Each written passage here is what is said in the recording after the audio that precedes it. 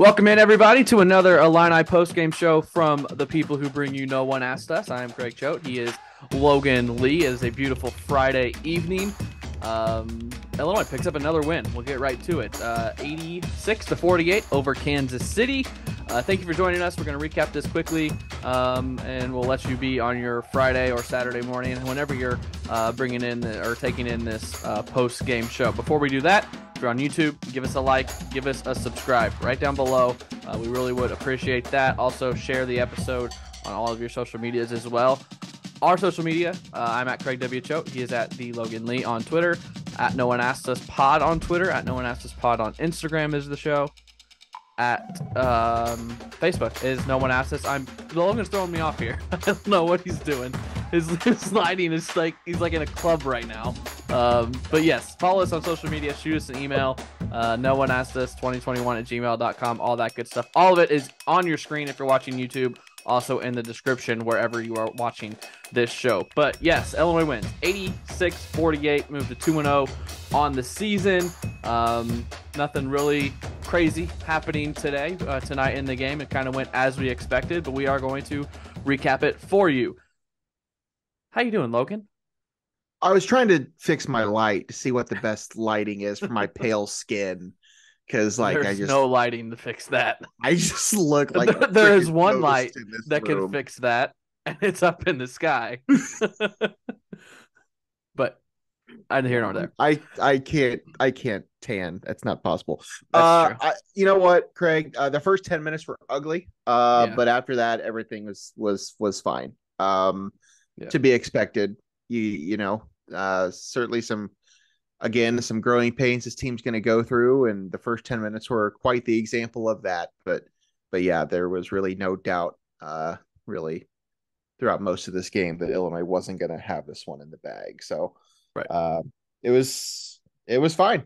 It was a basketball game, and it was a win. So that's all that matters. It was couple things I know each of us want to touch on. Logan wants to touch on something that's off the court that he was very excited about tonight, so we'll give him time to do that. We're trying to find a structure here for these post-game shows. I know last episode I in particular had a couple people reach out that we like to talk in circles with ourselves sometimes, so we're going to try and structure it a little bit better starting tonight. So first we will go through the stats though.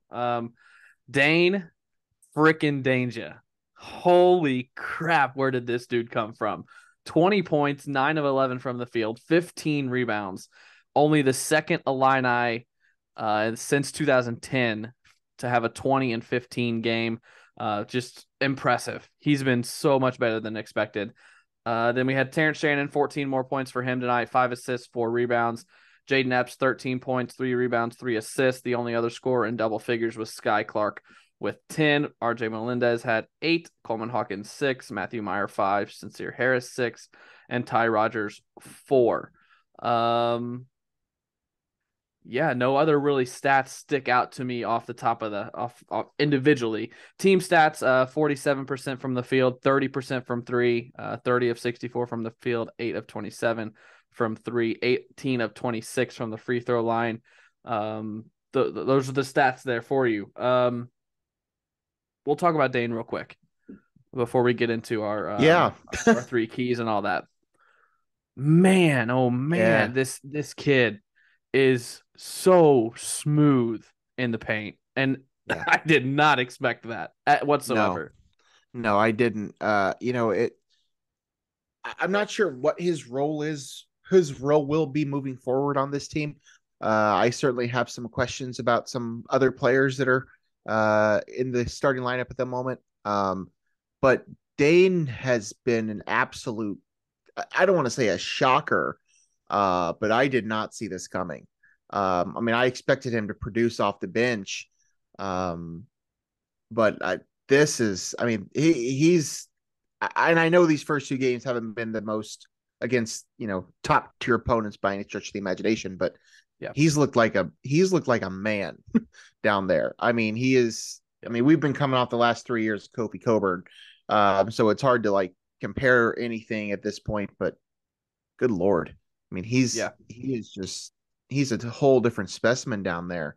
And I'm glad we have him because this team doesn't have a lot of size elsewhere. Yeah. In terms of girth and Yeah. players that can take up space down in the post. There's size in a different way.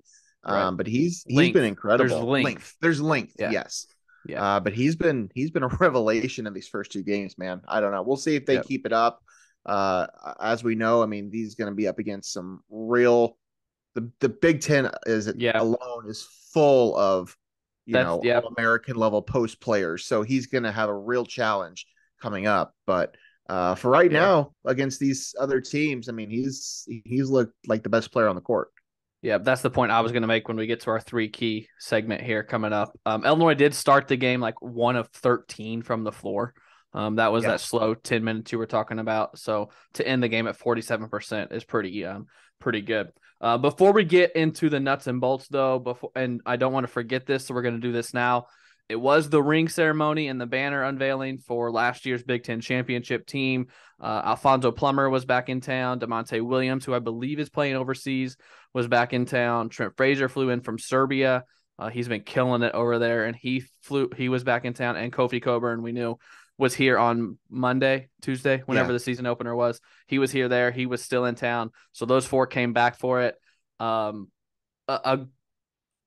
the broadcast didn't show it. I was watching the WCIA3 live stream of it, which they don't have like multi cameras. It was literally just, I think, probably Andy Olson getting his B-roll of the event. So it was like he could only get one shot at a time. But good to see those four back, especially Trent and DeMonte. I mean, they were there for all 5 years. They've literally seen from the bottom, the worst season ever, to 2 Big Ten championships. Awesome to have them back. They had a individual video, I believe, for Trent himself, a couple-minute video for him. And I saw a tweet, I think it was from Jeremy, that Tyler Cottingham pointed out. I know you want his jersey in the rafters. He technically doesn't qualify for a jersey in the rafters. So what they said on Media Row, and it's a good thought by them, is that this was kind of his moment, his jersey raising banner. That banner is kind of his, which I thought was cool. Yeah, no, I was going to say the exact same thing that you literally just said verbatim. I think that, I think personally he should have his jersey up there, but I know that he didn't meet the qualifications, and that's fine. So it probably won't end up happening.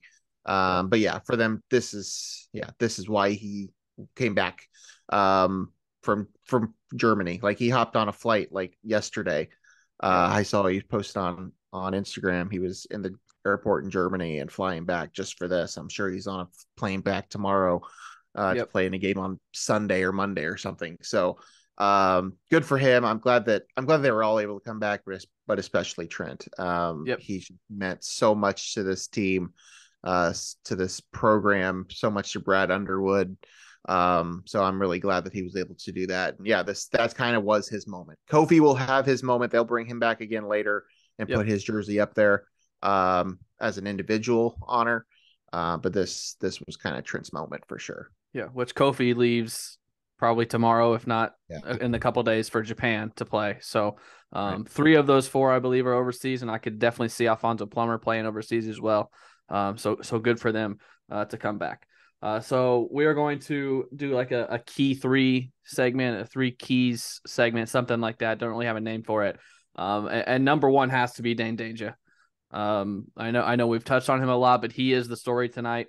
20 points, 15 rebounds, 9 of 11 from the floor. Let's go to his plus minus. It's got to be high. 27 plus minus, which is second on the team. Just a dominating performance. And you touched on it, and I'm going to make the point and really nail it home here. It's Kansas City. It's not Indiana. It's Kansas City. So yes, it's awesome to see now, but I gotta wait until I see him against another quality big. And even during the game, I knew I was going to make this point in the show, so I was looking up UCLA's roster and Texas's roster, and who's the other? Baylor doesn't have Baylor's a lot like Illinois. I think they don't have a great big. He might not see another great big until Big Ten play, just from the rosters that I saw.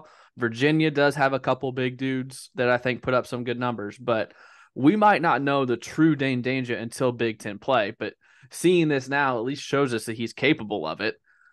He has a fadeaway. He's so smooth around the rim. It's unbelievable. I did not expect that from him. And you got to wonder how much going against Kofi Cockburn every day in the spring helped his development of his moves, especially that fadeaway. Because Kofi's 7 feet, hard to get a shot off over. So he hits that turnaround fadeaway tonight. Has he always had that in the bag, or is that something he might have developed going against Kofi? I think going against Kofi is a huge thing, probably, in the way we're seeing Dain Dainja play right now. And I think that's something that's very undervalued. Yep. We now live in a world where transfers don't have to sit out. But Dain Dainja is somebody who has been here for a while now.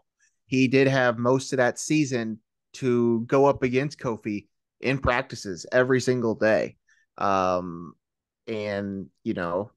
I remember thinking at some point during this game, I didn't even know anything about this guy.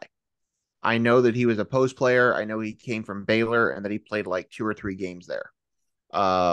We didn't really know anything else. You don't get to see these guys when they transfer, the old transfer rules.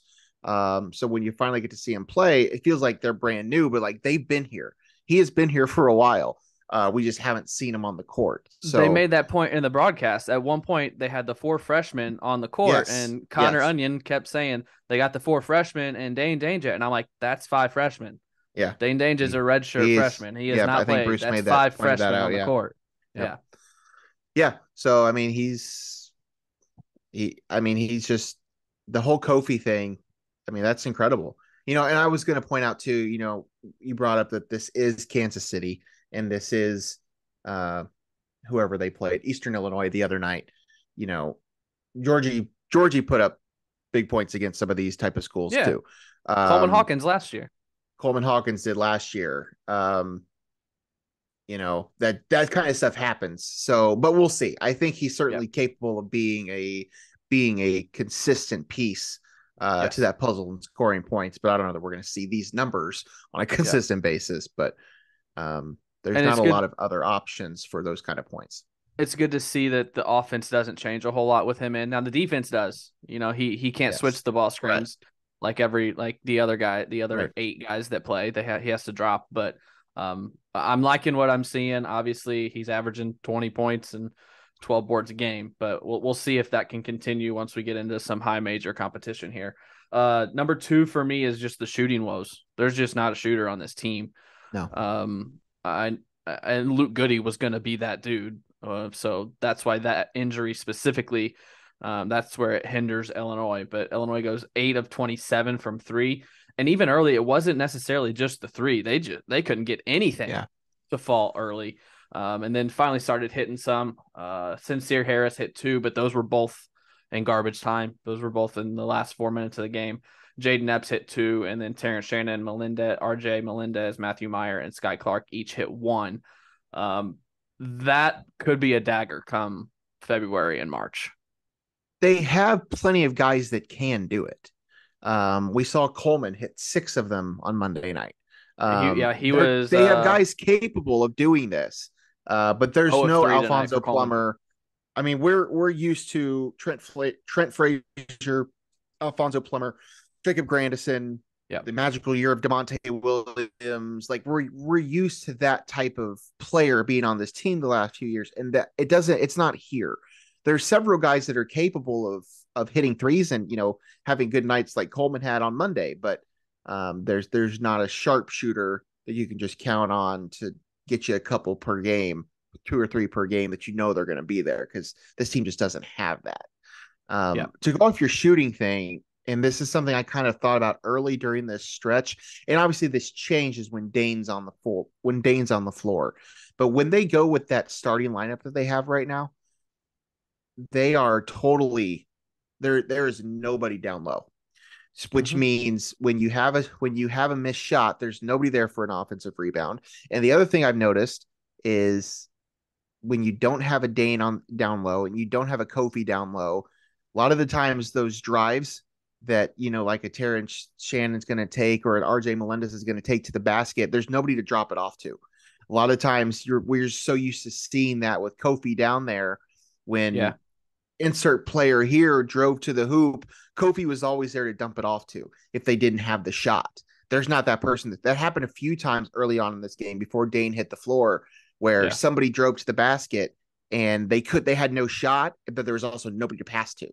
So that's something that we're just kind of have to get used to. And Dain's not on the floor, like there may not be somebody down there to be that person, and that's just going to be different.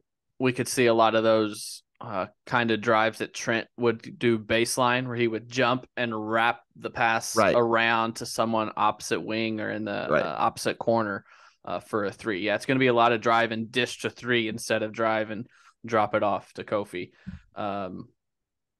Yeah, like you said, there are capable shooters. We've seen it from Matthew Meyer at Baylor. We've seen it from recruiting tape of Jayden Epps, which I think will probably be. I would say Epps is probably the best shooter right now, even as a freshman. Yeah. Because Matthew Meyer didn't shoot the ball great last year, and Terrence Shannon, I know they say he comes in at 4:15 a.m. to get up 3,000 shots or whatever, but I wouldn't consider him an outside threat. So No. that's a concern moving forward. Nothing super detrimental to this team, but until Luke Goody comes back, you're not going to have a guy that you're confident in can hit a big three when the time is needed. Yep. And number three for me for the key is just the defense. It is a completely different style of defense, and again, grain of salt, it's Kansas City, but they can be a terror to anyone they guard. They play full court, not all the time, but they have a full court trap that can speed you up. And now we saw a couple times even tonight that in the full court, Kansas City beat it, and it led to an easy layup. But that's just the risk you run. They did force 24 turnovers from Kansas City and got 28 points off of those turnovers, and it was a 30-point win. What is that? Almost 40-point win, right? I'm not good at math. Yes. Yeah, 38-point win. Yeah. So even with those, it's really still not a game. But this defense is a lot different and a lot better for college basketball. I think a lot more fun to watch because they can get things going. Yeah, that was one of the things that I thought about early. Is I thought the defense. I was going to say this, tweet it out or whatever, but tenacious. That defense is absolutely tenacious, and I know Tenacious again. D. Tenacious D, absolutely. I know again this is Kansas City, so we have to take that with a grain of salt. But I mean that trap, that full court trap, that all that stuff. I mean they were right up on you. So I mean we'll see again how this translates into tougher competition when they play those teams coming up. But so far these first couple games, I mean that was absolutely been a strength is that defense. They're just so long. They're just so length long, and versatility. They and can even switch guys everything. that aren't long just get in front of you. They just like Skyy Clark will just come in there and just swoop the ball out of your hands like on a consistent basis. And we haven't really talked about him much this episode. He's built different. Yeah. And that's not like a hyperbole. Like Skyy Clark is just built different. Mm-hmm. He is strong. He's a running back. He is a run. Absolutely. He is a running back. I mean, it's incredible. He is not a basketball build. And I'm trying to think of what a comp would be. It's a good thing. It's a good thing. I mean, he's going to be a super strong player. Dimitri McCamey, maybe similar. Yeah. I mean, I think, yeah. I mean, that's probably fair. I think McCamey might have been a little bigger, but yeah, I mean, I think that's a good comp. He's just, I think yeah, Sky's more muscular different than McCamey. Yeah. That could be. Yeah, I need to think about that. I have one in my mind, but I can't put a name to who I'm thinking. Yeah, he's just built different. He's just different type of dude. But yeah, that defense was pretty solid. I'm gonna throw this in. We're gonna do away with the play of the game. It didn't work. We don't have audio, whatever. But we're gonna do this. The everyday guy of the game. You know, Illinois is about everyday guys. Who's your everyday guy of the night? Everyday guy of the game tonight. Not on the court, was he? No, it wasn't on the court. No. Bruce Weber. Yeah. Bruce was back. No, I mean, I think there's an obvious choice, which I know you're going to talk about, and that's fine. But yeah, Bruce Weber. It was just nice to see him back in Champaign. And we talked about this last week that he was going to be there. I thought he was great on the broadcast. I think he talked a lot. That's probably, just him being him, maybe a little bit of nervousness, and also because it was the blowout for most of this game. So that's kind of their job, is just to talk. But it was nice to see him. Nice to see him get an ovation, let them recognize him. Um, just happy for Bruce. I know that he's kind of divisive amongst the fan base, and I understand that. But I'm glad that he's still involved, still around. I'm glad he's with the Big Ten Network. I hope to see him on more Illinois broadcasts. But yeah, it was just nice to see Bruce back in the house. I think it would make sense. Now I don't know where he's living now. I don't know if it's in Illinois or St. if Louis. it's still in. He is living in St. Louis. Okay, St. so Louis. he's only a couple hours drive away. So I would expect to see him on more Illinois games than I would maybe too. in any other Big Ten school. And I think it makes sense because he knows the school. Now, would he be biased? Potentially, but I don't think he showed too much of it tonight. But yes, we touched on Bruce a couple episodes ago of our regular weekly show when you found out that he was going to be doing this, and both of us have a soft spot for him because he started. He started at Purdue, but he led SIU to great success. So for me personally, being from 30 minutes away from Carbondale, that was my Saluki heyday. So yeah, soft spot for him. I loved seeing him, and I as well thought he was great on the broadcast. My everyday guy is not the one that people might think. I'm not going to go with Dain Dainja. I thought you might actually go with Dain Dainja. Well, no, I was going to go with this one, honestly, Okay. but I Really? let you take it. Yeah, for Okay. sure. Jayden Epps. He was huge. Jayden Epps was huge. Yeah. Yep. 13 points in 24 minutes, 3 rebounds, 3 assists, 4 of 9 from the field, 2 of 5 from 3. And his plus minus 35. 35.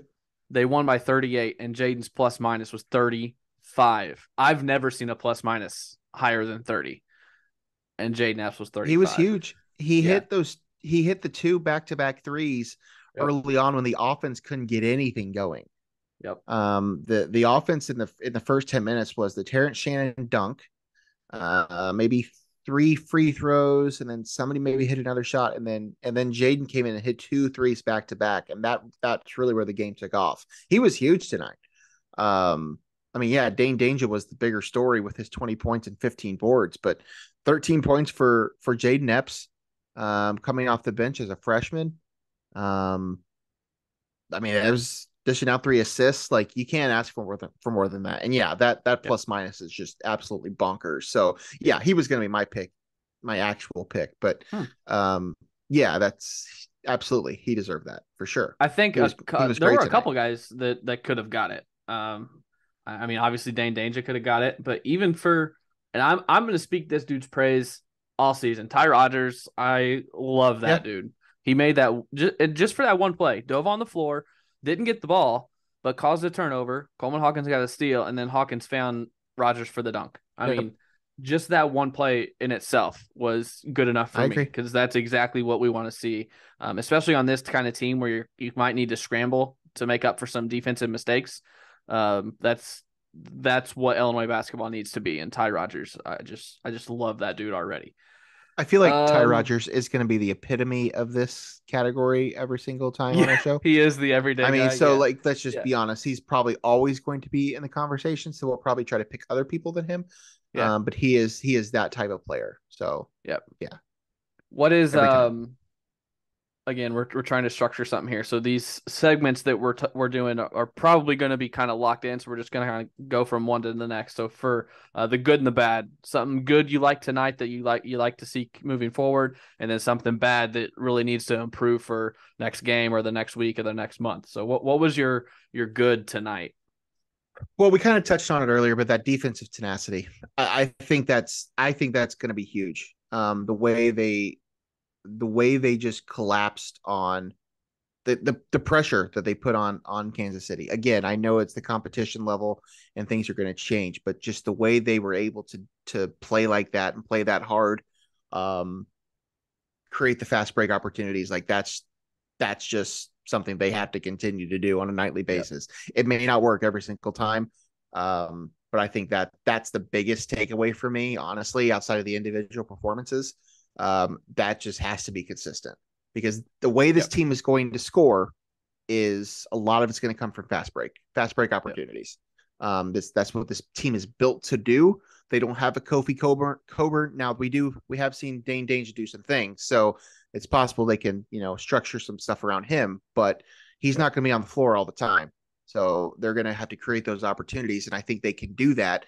They have to keep that defense up because that's going to be a huge key to what they're going to do. And the bad? Matthew Meyer, it's 13 concerning. minutes. It's concerning. I get that he was late to campus. He's had some injury issues. I understand all these things can play into this, and maybe there's more to it than we realize. But his performance so far in 2 games plus the exhibition is minimal at best. I'm not, you know, I'm not saying that I'm ready to give up on Matthew Meyer after the second game of the season by any stretch. Um, but they have to get him going because here's the problem. Dain Dainja for the first 2 games has been one of the 2 or 3 best players on this team. But if you throw him in that starting lineup and you put Matthew Meyer on the bench, your your depth gets a lot weaker. I think it's crucial that he plays well enough to stay in that starting lineup. I really do. I think that he's going to be that important to this team. And the depth is already weak enough. And if you have a player like that is struggling so far this season and the minute situation, again, maybe there's more to it than we know. Maybe they're just trying to keep his minutes down because maybe he's not 100%. I don't know, whatever the case is, but that's got to get better, whatever it is, hopefully soon. Because as I said, there's just not a lot of depth here past the 5 Yeah. star. I mean, what are we're playing 9 deep, Mm-hmm. and 5 of those are essentially freshmen if you count Dain. Yep. So you gotta have him. You gotta have him on the court. You gotta have him doing something, making shots. What did he have tonight? 3 points, something like that. 5 5 points points in tonight. 13 minutes. So yeah, the 13 minutes thing. I don't know what's going on there. Maybe they'll address that. But Technically 8th in the rotation with 13 minutes. Only yeah, person that had less of the 9 was Sincere Harris. yeah, I wouldn't say I'm concerned right. yet, but yeah, something needs to turn around. My good kind of bounces off of yours.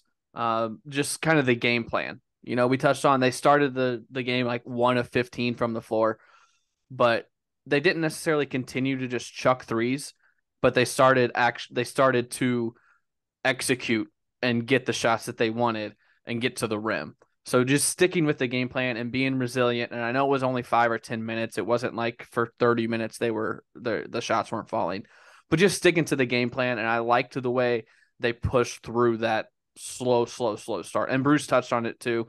You had the ring ceremony. You're on this emotional high. Maybe slow to start, but I liked the way they pushed through that and continued, and it was like a 18-point halftime lead or something like that, and we didn't really have to worry about anything past the 10-minute mark. Bad for me is that shooting. We touched on it for our number 2 key, the shooting woes. That's my biggest concern, and I think it was heading into the season as well. This team's just not going to shoot well from behind the arc, so you got to get the easy buckets and you got to convert the easy buckets if we're going to be successful here in Champaign. So those are my good and bad. Nothing from tonight makes me think this isn't a top 5 team in the Big Ten. This isn't a team that's going to be a bubble team. This is an NCAA tournament team. They have the talent, barring any catastrophic injuries or anything. I don't leave tonight thinking more or less of this team, honestly.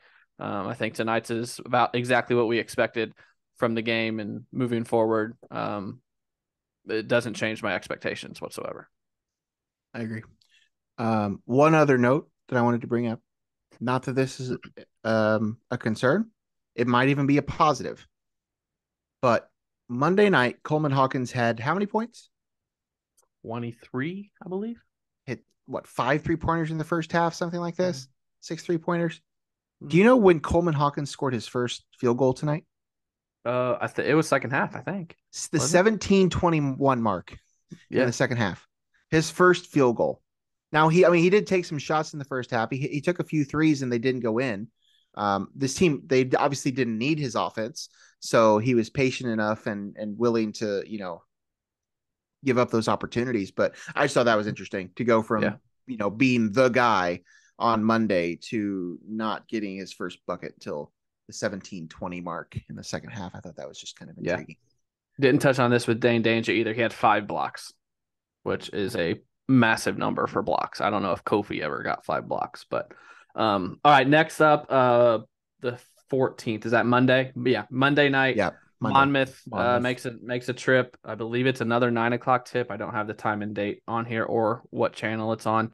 I believe it's 9:00 on Big Ten Network, but for those listening, make sure and check the schedule because that could totally be wrong. It is 9:00 Eastern time, Big Ten Network. We have to go back to Central. I know it's 9:00 for us, but 8:00 Central. Everybody time, that listens to the show Big Ten is in Network. the Central time zone. 8:00 Central time on the Big Ten Network. Maybe we'll get another Bruce Weber call. Monmouth is 0-2 on the season. They lost at Seton Hall, and then just tonight they lost to Virginia 89-42. So Illinois plays Monmouth next, and then they could potentially play Virginia later in the season. So that's what we're looking for next. Anything else from you tonight, Logan Lee? Yeah, one quick shout out. Mm-hmm. Brandon Podziemski. Oh, yeah. Real quick, we got less than 3 minutes here. Pods. Yeah. At Santa Remember Clara. that name? Remember that name? Transferred to Santa Clara. First two games to start the season, 2 30-point outings. 30 and 34, I think. I think he's averaging 32 again. Incredible stuff. Good for him. The other night when he dropped 30 in the opener, I texted our group and I was like, this team could really use him, honestly, this year. This Illinois team could use Brandon Podziemski. They really could. I don't know where he would fit in this rotation, but if he's putting up 30 points, they need something. But I also watched Benjamin Bossman's Verdonk tonight. South Carolina pulled off a last-second win against Clemson. So I watched a little bit of that, and there was one other that I watched, but I can't remember who it was. No, I don't remember. But all right, next up, Monmouth Monday, Illinois football tomorrow, Saturday, 11 a.m. Central Time, Logan, on ESPN2 against Purdue. A win there would all but clinch the Big Ten West. Wouldn't quite clinch it, but all but clinch the Big Ten West. So, all right. Unless you have anything else? Nope. All right. Illinois wins 86-48 over Kansas City. Moved to 2-0 on the season. Next up Monday in Monmouth. Thanks again for listening. Give us a like. Give us a subscribe. Follow all of our social media channels so you'll be up to date on when we drop episodes. There could be a lot coming out here in the next 3 to 4 weeks with all the post games and regular weekly shows. So as always, thanks for listening. We'll see you next time.